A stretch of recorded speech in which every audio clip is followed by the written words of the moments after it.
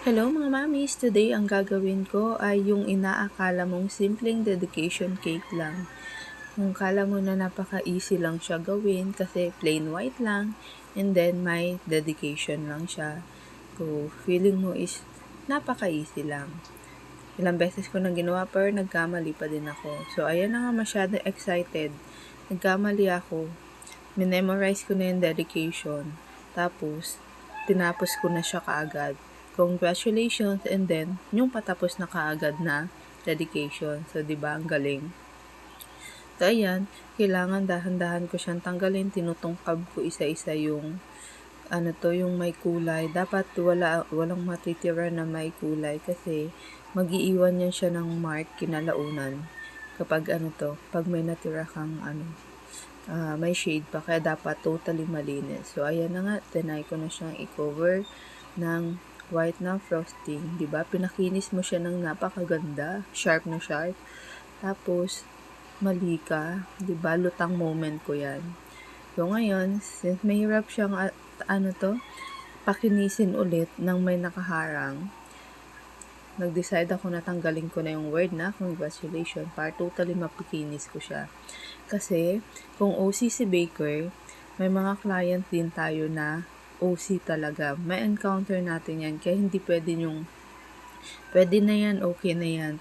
Dapat, as in perfect or almost perfect yan, ganun. Kasi hindi pwede yung medyo pag sinabing sharp edge kasi or makinis, iiwan mo na siya ng any mark, ganun. Kasi, makakasyempo ka ng client na small details is mapapansin and maiko-comment niya. Actually, nakailang sabi na yan siya na dapat nasa gitna yung gawa ko, mas malalaki yung font. So, depende naman sa haba ng dedication. So far, ako naman or si Baker naman na magde-decide kung paano pagkakasyahin. So, ayan na nga, pangalawang tryout ko na ng dedications and boom! Hindi na naman siya sa gitna, di ba? Kailangan ko na naman siyang tungkabin. Di ba kung iisipin mo, okay na yan, pwede na yan, pero hindi siya ganun. Kasi, ang requirement ni client is nasa gitna siya hanggat maaari, di ba? Or, nasa gitna talaga. Kaya no choice ako kundi tungkabin ulit at i-apply. Kaya kung iisipin nyo, kung makikita nyo sa picture lang, o yung pinaka-final outcome, o yung part ng video na nakat na, hindi nyo makikita yung struggle ni Baker na may part dyan talaga na sobrang hirap i-apply. Lalo pa kung hindi ganun kaganda yung penmanship, 'di ba? Ako hindi ganun talaga maganda ang penmanship ko. Kumbaga natutunan ko na lang siya i-apply. Kasi nga, pang ilang order na to ni client or madalas mag-order ng ganito si client. Kaya kung ano yung weakness natin, which is like yung dedication, kailangan natin siya aralin kung madalas iyon yung in-order ni client. And madalas sa mga cake, may dedication. Kaya kung ano yung part na kahinaan natin, kailangan nating aralin. And tandaan natin, hindi pwede na yan. If may time pa tayo na ayusin yung dedication ng pagkakasulat, then try nating ayusin at i-align ng tama. Pero kung yung wala na talaga tayong time, then siguro yun, may exemption na yun.